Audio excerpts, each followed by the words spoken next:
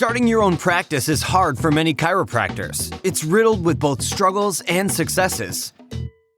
But here at the Chiropractic Philanthropist, we make it easy by having chiropreneurs and entrepreneurs share their struggles and lessons learned in life and business so that you don't have to make the same mistakes. And now here's your host, Dr. Ed Osborne.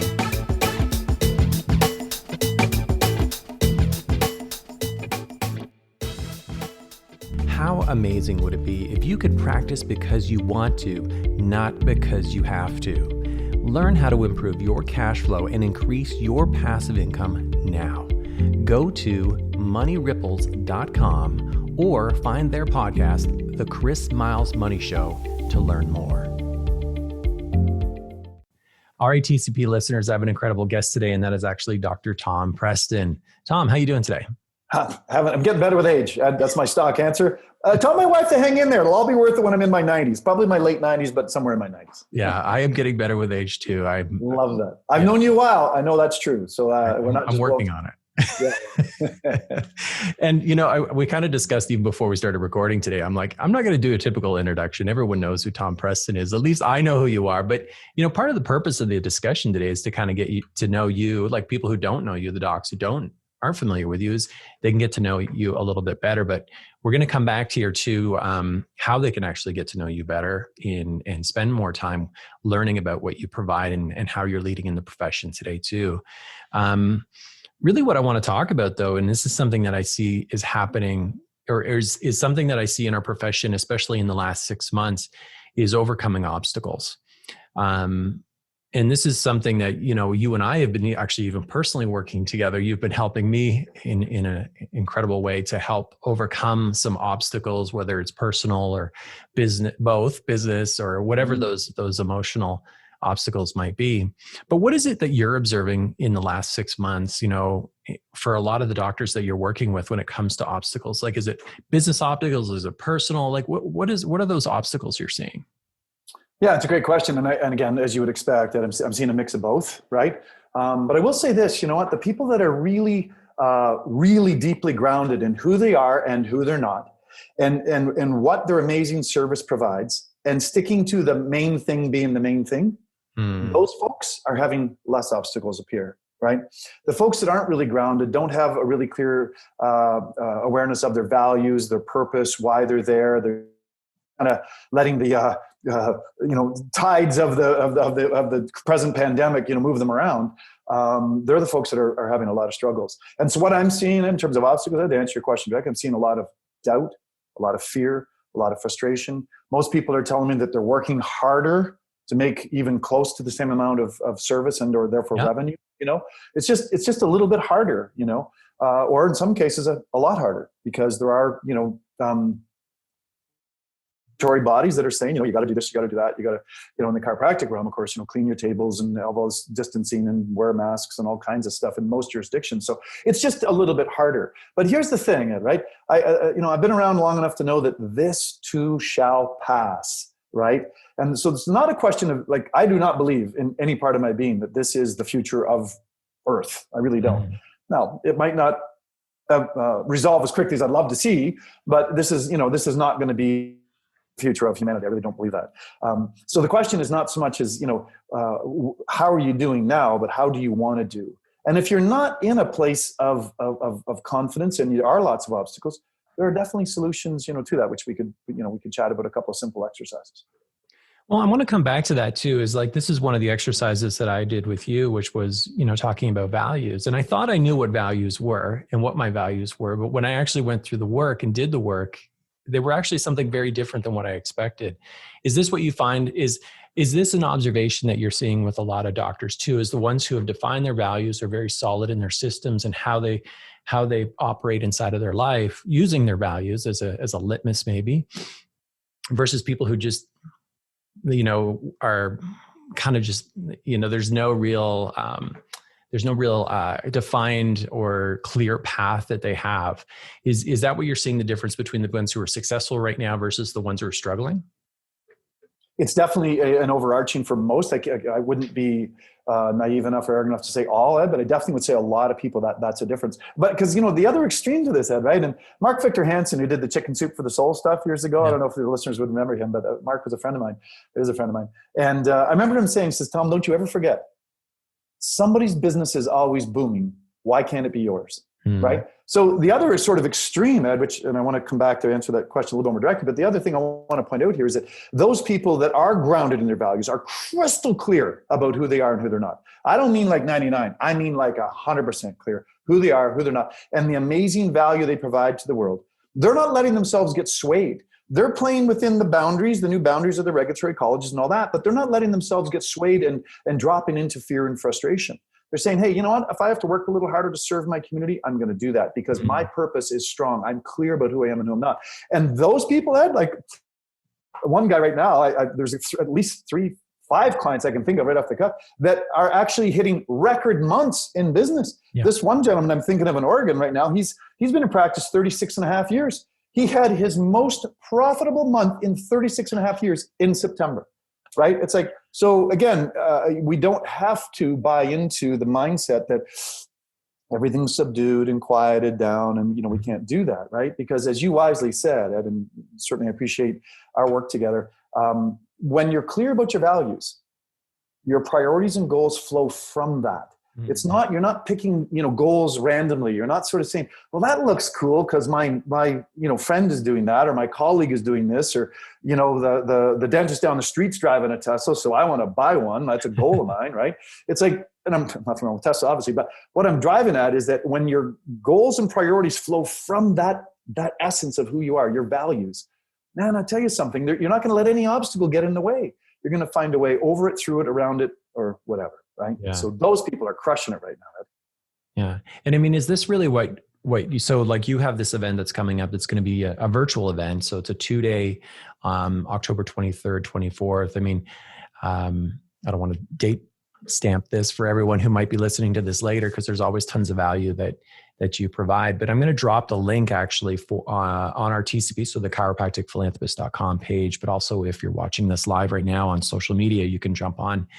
But this is part of what you're going to be going through the process of, and it is a process. It takes multiple days to really dial in on what your values are. And I imagine part of the mastery that you're going to be talking about, this blueprint, it probably has a lot of other components that you're going to be speaking about too. Could you kind of help us define a little bit of what those might be?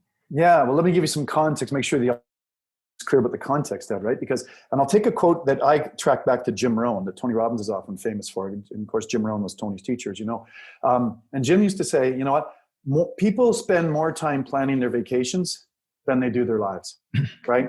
And so that really resonated when I first heard that many years ago. And so what I chose to do, Ed, was literally create, like my wife and I built our dream house years ago, which we've now since sold, about a new dream house. But anyways, it was a great process to go through and design that home, because we had we're not going to go down to the Home Depot and pick up a few sacks of cement and lifted 2x4s and go build our dream house, right? We planned it, we intended it, we had an architect draw the blueprints for that, and then we redid them and we republished them, and we did that 11 times, right? But we got our dream house, and there was nothing in that house that we would change. So just take that, Ed, and say, what does my dream life and my dream business look like? Not the thing I inherited from listening to other influencers in my life, but what is it inside of me that wants to express itself as fully as possible? And then let's create a friggin' blueprint of that. And I don't want to give away all the secret sauce here, Ed, but literally people are going to be mailed a set of construction blueprints that they're going to be filling out as we go through the exercises together. So they've got that. We've had some people, of course, take them and put them in the closet. We've had other people take them and frame them, make big ass frames with them, right? Because then now this is the guidance system for their life. And certainly the foundation, Ed, to that blueprint is core values. And now again, here's a distinction that I want to make, right? Because you and I have been, at seminars and teaching seminars for years. There's a distinction between a talking head at the front of the room that's there to share content and hopefully inspire us to maybe take action. There's a big distinction though between almost more like a workshop, right? Where there's certainly some guidance and some instruction from the front of the room, but then it's like, let's roll up our friggin' sleeves and let's get to work. So I've built time into this 2-day event, which is why it's 2 days, not one, to literally, again, roll up the sleeves actually do the work together, right? Not just here's how to do it and then go do it later. No, we've built time in to do the work there. So then once we've got that piece, right, and we're really clear about what that dream is, and we've based it on our core values, now it's much easier to work on time management, money management, goal setting, vision boarding. I've written a new module in the last couple of months that's been very well received. It turned out to be longer than I thought. It's 24 pages, and it's called the manifestation formula. And it's literally the formula that I've used to build my life. And again, my life isn't everybody's life, but it's a dream for me, particularly from the humble beginnings I came from. And it's literally, so how did I do that? Well, certainly my influencers helped me, develop this over the years, but I'd never actually put it on paper. So now it's on paper, and we're going to run through. It's basically an 8-step formula. And I think for some people it'll be like revolutionary, mind blowing. I think for other people it'll just be a hell of an affirmation. Yeah. That they're doing some stuff, well, right? But yeah, there's definitely tons of exercises and grassroots things we're going to do as we build foundation, first floor, second floor, and the attic. In this case, hope people don't mind building a, 2-story home because that's what the blueprint is based on. It's interesting too, because as you're speaking, and I think that I had this huge realization, at least, when we were working and are working together, is that when I was in practice, I was always chasing someone else's blueprint. And then when I shifted to online world, I'm in these masterminds, high level masterminds and things. And then I started doing the same thing. I'm chasing someone else's blueprint. And so until you really know what your values are, you can't really define what it is what the outcomes that you want to achieve inside of your business or practice. Yeah. Yeah. Well, and as an extension and your life, right? So one of the exercises we're going to walk people through, it's an exercise that I developed years ago. It's called, I know I am successful when, and then you fill in the blanks, right? And we get people to really dial in on 3 areas in each part of the hologram of your life. So your business life, your physical life, your spiritual life, your social life, like all around the hologram. And it's amazing because literally to a T, every person who's truly done that from a place of values, taken the time to go through the exercise, they get to the end of it and they go, like some version of like, holy crap, I am a greater success than I knew myself to be.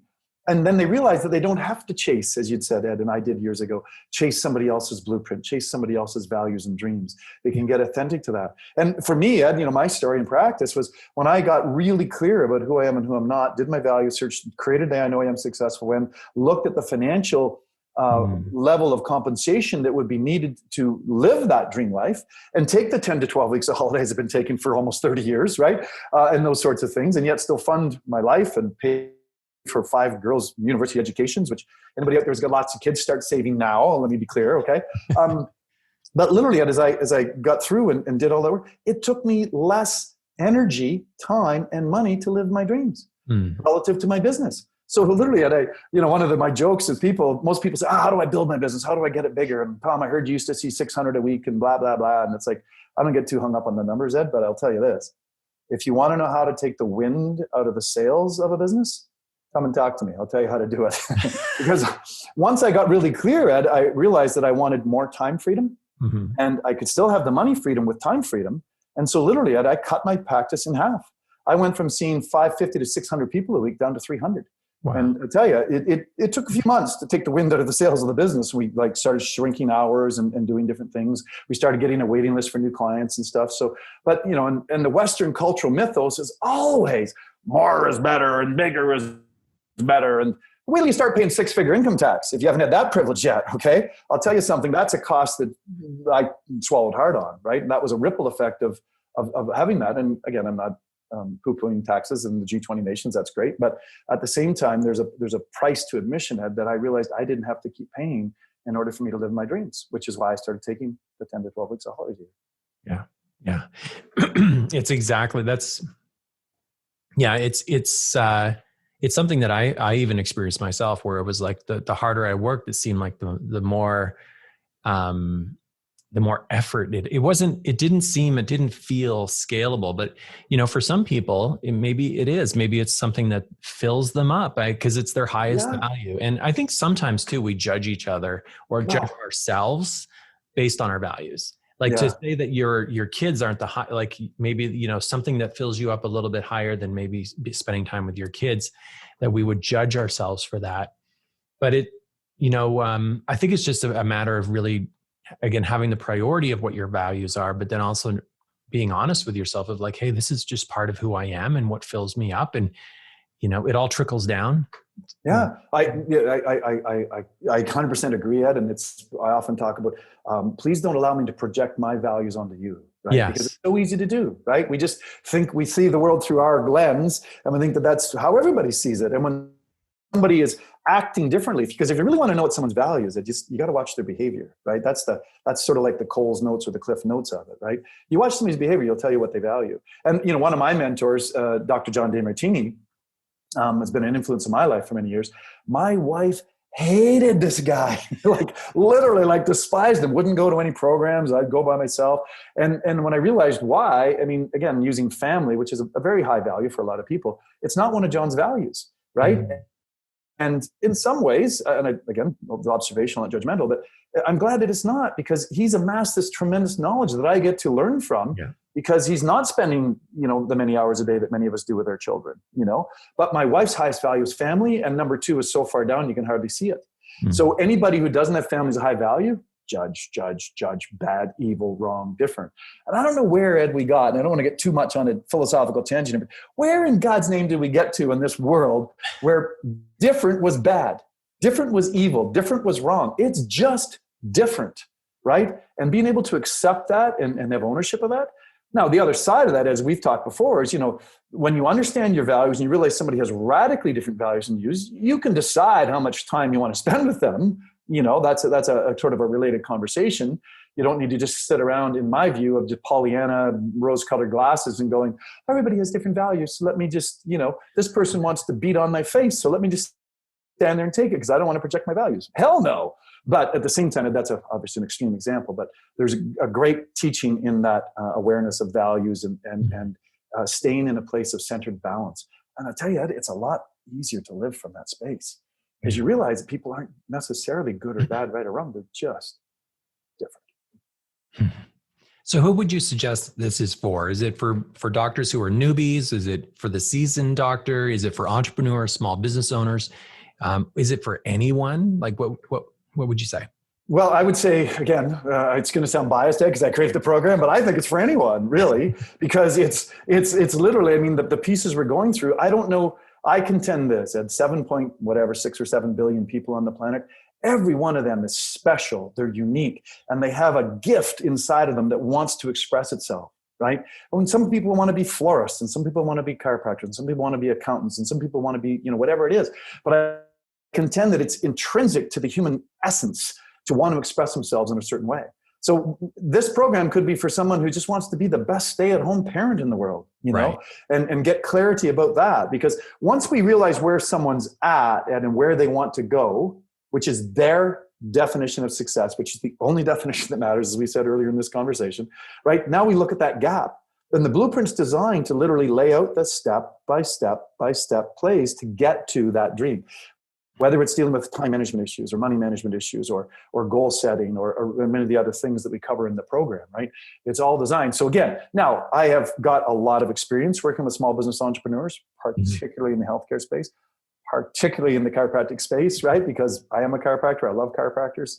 So certainly I would love to see more of those get there, because again, even relative to the pandemic, Ed, and what's going on right now at the time of this recording, I feel like the natural health providers, particularly chiropractors, are a big part of the solution to help people get over their fears, their insecurities, help them stay grounded and connected. They also offer a tremendous service, which, you know, creates massive adaptation in the nervous system, which allows them to adapt to the stresses and/or the physical challenges that show up in various forms, viral and otherwise, you know. So, I mean, I would love for people to get that extra clarity that I feel like this program, you know, and what our coach consulting work can do to help them, because that's going to ripple out and help that community be healthier and happier and more fulfilled, Ed. And that's going to ripple into countries, which is going to get people back to work economically. We're going to get our GDP rolling again. I mean, I don't want to get grandiose and somebody thinks I need lithium here, but, I really feel like, the things that people do day to day in their businesses ripple out and affect the whole friggin' world, Yeah, they do. And my little piece of the puzzle is how I contribute. Yeah. Well, it's even just things like what we're doing today, right? I mean, one of my highest values is connection.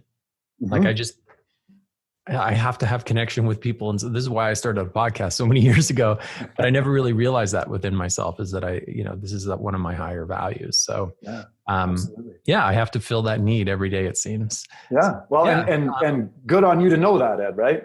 Yeah.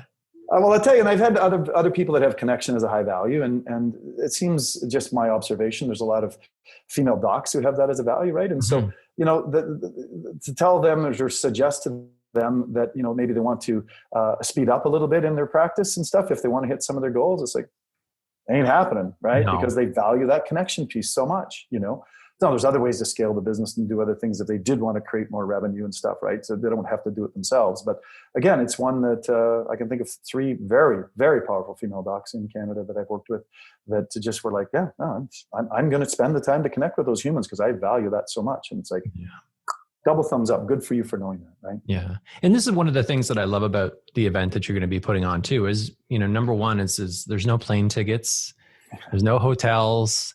Honestly, people get stressed out about the mask stuff lately. Like I don't know about you. I still get a little stressed out about it. Do I put one on? Can I take it off? Am I shaking with my elbow or not? So I love, actually, I prefer and love the virtual aspect of it. And, I think a lot of people probably appreciate that too. And it gives them the ability and the access to attend an event that otherwise they would not be able to access. So thank you for doing this. Actually, listeners, you can head over to thechiropracticphilanthropist.com. We'll have a webpage dedicated to our discussion also with Dr. Tom Preston. We're going to have a link actually to the event, so you can go check that out. If you have any questions, I'm actually going to add in Dr. Tom's website, general website. And I believe there's a contact form there too. Yeah, there is for sure. Comment. Yeah. If I get any comments or if you want to reach out to me, I can pass those along to Dr. Tom as well. I'm going to highly encourage everyone who's in our inner circle, my inner circle, and also my virtual practice academy to go too, because this is the missing piece for a lot of the doctors that I'm working with. Is they work very, very hard on their business. And this is, by the way, because I've done this, I've made this mistake, very, very hard on the business aspect, the strategy, and all these different things, which is important, but they don't really get clear on, it's not as fulfilling because they don't really get clear on what's actually going to fill them up, like at the end, like what is it that they truly, truly want? So this is one of the key components that I was missing for years. So don't make the same mistake as I made, put it that way. But I want to thank you for being on the podcast today, Dr. Tom. Yeah. Well, thanks. I appreciate you taking the time out of your busy schedule to fit me in. I know this was kind of a short notice thing, and if I could just touch real briefly on what you just said, it's such an important piece you just said, because there's that sense of inner fulfillment, right? Yeah. And even if you look at revenue, most of the social psychology studies I've seen say, about 65 grand a year is kind of a cutoff point. People who make less than that arguably aren't that, that's one of the factors why they may or may not be happy. But over that, Ed, it really doesn't make a big difference statistically on how happy people are, how fulfilled people are, right? So I bought into, as we said briefly earlier, but just to tell a little more of the story, the bigger is better and the more is better and the more volume thing, right? So I remember working diligently and strategizing and stuff to get to 300 a week, right? And it's like, I got 300 a week and the staff were all pumped up and I was like, yay, and it's like, oh, okay, well, that didn't feel real great. And, there's a certain cost and I feel like I'm working harder and stuff. So, well, it must not be big enough. So I remember we went to 400 a week and we celebrated that. But inside it, I felt hollow. I felt a bit unfulfilled. Then we went to 500. Then we went to 600. And, I've told the story so many times, but I had the privilege when my business partner went away to look after his clientele. And I had the privilege, I guess I'll call it, because it was a great teaching, right? To really realize, like, firsthand, maybe I'm not the sharpest knife on the drawer. Okay. I have to experience things to really own them, but I saw just under 1,000 a week for 2 weeks. And I went, you know what? That ain't it for me, right? The more is not bigger is not better. And that literally was the turning point, the straw that broke the perpetual volume camel's back. And that took me to the conversation I brought up earlier in this dialogue with, bringing the practice down to that a week range, because that allowed me to work like 24, 25 hours a week, take all my holidays, 10 to 12 weeks, and make a nice income that fulfilled my values and my priorities and goals that came from that. Right. And that's the piece. But doing the work, Ed, right? And we've talked about this in our work together, doing the work to really know what that is and how you define success, and also what it costs you to live that way. Right. Most people are blown away that it costs less than they think to live their dream. They've bought into somebody else's blueprint, as you said earlier, and they think it's going to cost a bunch. So they got to just keep scrambling and scraping. And God love people who that's of high value to theirs, as you said earlier. Great. That's awesome. But my experience is that's not most people. Right. So just doing the work. And you know what? So we priced it so effectively, Ed, right? I mean, I can just say publicly, $297 for like the principal entrepreneur and their whole team. I mean, financially, this is an absolute no-brainer, right? And again, no extra costs with like food, travel, airplanes, hotels, whatever, right? It's certainly the economic decision is a small one, if people choose to join us or not. So I would encourage people, as you said, to check out the link, and if they got specific questions, reach out. Happy to answer that.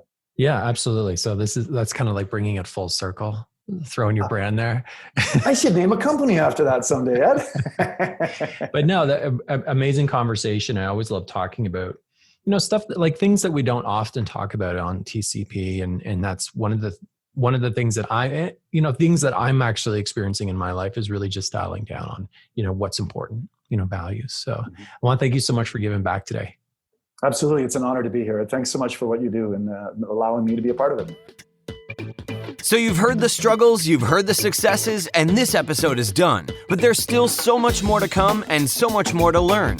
Head on over to the chiropracticphilanthropist.com and sign up for our newsletter, where you'll receive free practice building tips and strategies, including how to market your practice with your very own podcast and so much more. Thanks for listening, and we'll see you next time on the Chiropractic Philanthropist.